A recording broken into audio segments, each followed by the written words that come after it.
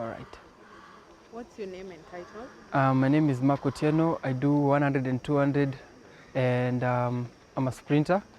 And most of the time, I'm being called Otieno the Great by my wife. When did your interest in athletics begin? My interest in athletics began when I was class 2, but when I started professionally, that was in 2013. And so building up from 2013, that's when I finished Form 4. So I started my professionalism in 2014, now leading up to 2021. How was athletics in high school, and how did your father influence your mission to continue being an athlete after school? Let's start with how was athletics in high school? My athletics in high school, it was quite interesting because I loved 100 and 200, but at least in one time I've ever tried decathlon, doing 10 events, so I've ever run 1500 meters. But basically my mind was focused on doing short sprints, especially 100 and 200, and just seeing my dad running and for him to influence me in this sport is that I wanted to break the family barriers, because where he reached, I believe he never traveled going to represent the country, so he just did it locally, but he had the talent. How did you turn pro, and what were some of the initial challenges? Actually, I turned pro in 2014, and that's when I just told myself that I want to do this as a career, because I didn't get a chance to go to the university. And so I didn't have a plan on what I was going to study, but basically I was like, I want to do athletics and this is what I want to prosper in it. And basically my challenge is that I had financial strains back in the days. So normally I used to go train in Kenya prisons. So I used to walk from Kenya prisons all the way to Ngara just to get a matatu and going all the way home, trying to accumulate, just trying to save the fare, living in my dad's house and trying to borrow fare and trying to manage the amount that he supported me. How did you end up in Team Kenya, and how is it like to represent the nation? I ended up in Team Kenya. It was quite interesting because I remember running a 4x1, because that year we were doing relays, world relays, and they were selecting a team to go and run from 4x2, 4x4, all the way to 4x800, if I'm not wrong. So that day I just ran my 4x100, and I ended up just being taken by the team, but as a reserve. So that was my first trip ever. So from that day, never missed a trip at all. So it kind of opened me a lot. So I met my heroes, Usain Bolt, Justin Gatlin. So just seeing them doing their thing out there, just watching, video them running. So it was quite interesting. So from that day, I never missed a trip. How does it feel like representing the nation? To represent the nation, it's quite hectic, as to say, and it's quite challenging and it's quite interesting at the same time, because when you're going to represent your country, number one, you have your whole nation at your shoulders just cheering you on, and it's also good because you're going to explore other areas, seeing athletes also running fast, going over there to challenge yourself also with them, just to step in and representing your country as well. What are some of the global tours you have done, and how has racing abroad improved you? Traveling abroad, I believe there are so many, countless. There are like more than 10. And it was quite interesting because I've been all around the continent. And it's quite interesting because it's at the same time, you can't come back the same way you are. Because once you're there, you encounter top athletes and, going and running against them. So it makes you it makes you challenge yourself and to be better as an athlete. So when you come back, you work extra hard so that in the near future you can bring medals back to the country. Just name some of the races that you've gone to, maybe the ones that are most memorable. Most memorable one was London in 2017 when I qualified for the World Championship. So I did 100 and 200. That was a good experience for me. And I've done Africa Championship and also All African Games. I've reached semi-finals. So at least now I can tell myself where I am in African level. But worldwide I can see that I still have a lot of work to do. So it's quite interesting. Who was your first coach? What was their role in your career? My first coach was Coach Stephen Mwaniki. He's still there in Kenya prisons, and he was a great coach. And the involvement that he had in my life, at that time I was starting athletics, so he kind of mentored me. We started out so well, leading up to trying to qualify for Bahamas and other championship at that time. So he kind of helped me in terms of telling me that you're going to make it, you're going to be the greatest. So he kind of mixed me with other top athletes in Kenya prisons.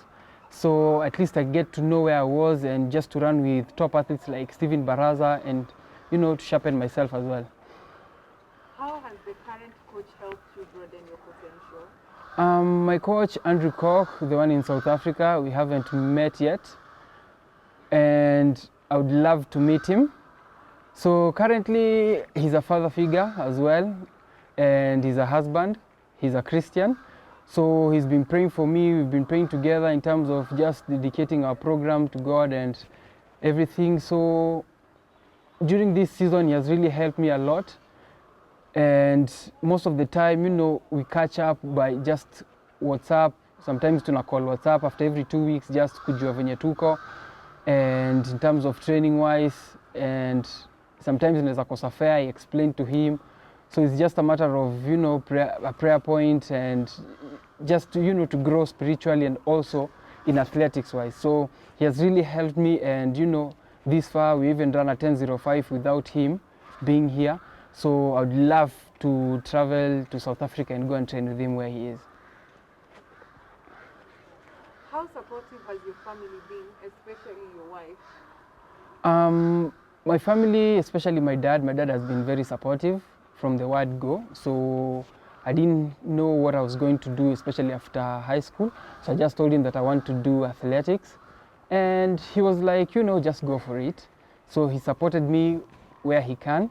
And my wife, she's very supportive. She had to, back in the days, she had to drop, kuacha kazi yake, ndio kama ni support in terms of athletics wise. And nilihave to set goals, and sometimes she'll be, every time we go for training, she always reminds me what to do. She always reminds me all the goals that I've set for the year, for the event that we were supposed to qualify. And sometimes if my dreams are too little, she always tells me, hey, you have to change your dreams, yani pande juu kabisa. We have to dream big. So she's really been very, very supportive spiritually as well. And also her side, I'm really blessed to have good in-laws that have been supporting me, especially this year. And I've been trying to travel, sometimes in Akosa airfare, so they've been chipping in some money. And I was in Geneva a few months ago, so one of them she had to drop what she was doing and to carry her family just to come and support me in Geneva, and she lives in Germany. So she came and supported me during the meet. We took photos, and I was really blessed to have them. How is your spiritual journey aligning with your pursuits in athletics? To be honest, my faith is what has kept me until now. Sometimes, you always lose hope in what you're doing. You can't see the clear picture, but you have to pray and you have to ask God for a clear direction. So just being especially a leader in Nairobi Lighthouse Church, because I do work with teenagers, it normally gives me hope. Sometimes, I do have friends who are also based in church, grounded in Christ, rooted in Christ as well. So if I have challenges, so we normally pray together. So I do submit all my challenges and what I'm going through in terms of life. So we do walk this journey together. And basically I can say that God has really come through, especially these past years. Even to qualify for the Olympics, it's just a miracle. I can't really explain all that because the past 3 years I've been stagnant, running 10:38, 10:3s, and I've been looking forward to run fast, and God has really helped me and has really come through for all this. So the next question is, how did it feel like when you qualified for the Olympics on that day? Qualifying for the Olympics, to be honest, I didn't see it coming. As to say, that's why I was so overwhelmed just seeing Ferdinand running at 10:03, because when I was next to him, I knew that I've run something faster, either 10:04 or 10:05.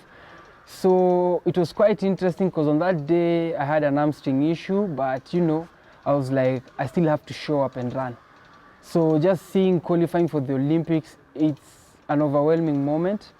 And even until now, I'm still shocked that I'm going and it hasn't checked in yet. And until the day that the games are about to start, that's the day that I'll be like, yeah, it's the Olympic year and now you're here, it's all business. So right now, just checking at the time, seeing Ferdinand running a 10:02, a national record, me running a 10:05, just meeting the qualifying mark at the very last moment, because I didn't have any other races that I was going to do. So I was like, this is just my last shot, so I was up to it. Yeah, so I was really blessed, and I really thank God that I qualified for the Olympics. Just to ask on that, you tried qualifying on other races. Yeah. But home is where you qualified. Yeah. Speak on that. Home is where guys were saying that, running here, you can't run fast. You can't run here because there's no one to push you. And you have to go outside. You'll qualify when you go to Europe. I've been in Europe. It's true, it's a fast track. But till God says it's your time to qualify here at home. So he defined the odds, and at least now Kasarani, it's a fast track. We ran two fastest times, 10:02, 10:05.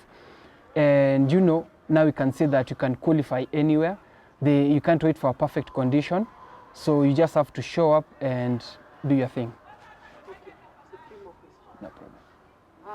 What do the Olympics mean to you, and what's your vision of it right now before you leave? The Olympics, it really means a lot to me because it's the highest, especially for an athletic career, followed by World Championships.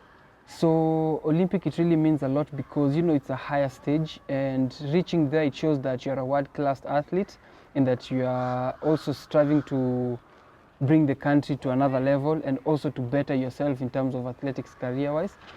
And now looking forward to the Olympics, I'm looking forward to bringing a medal. I'm looking forward to, to shock the world, because even at the moment, I'm even curious to know what I'm going to run, but I'm ready. As to say that I'm ready to go for the Olympics, I'm ready to go and meet other top athletes, especially from the United States, because they are running really fast and it's quite challenging, and I'm not afraid, but I'm courageous. How has Safaricom helped you focus on the Olympics since you learned that they're going to come on board? Safaricom, they have really come at a crucial time, and it's a blessing in disguise, because right now I'm really focusing on, they have helped me to focus on Olympics financially and also beyond Olympics, because now that's a bigger goal, because next year is Commonwealth Games and also World Championships.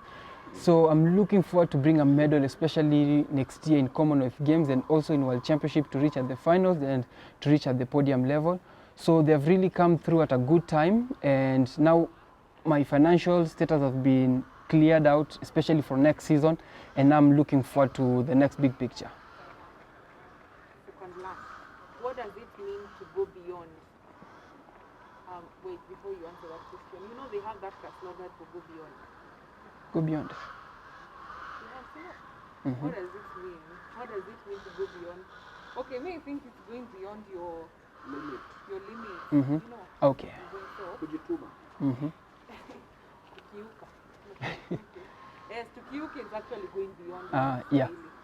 So, what does it mean to go beyond? To go beyond, for me, it means that I can't settle for less. I have to keep raising standards high. And every time that I'm stepping out, I have to perform at my level best, 100%, and to give my all.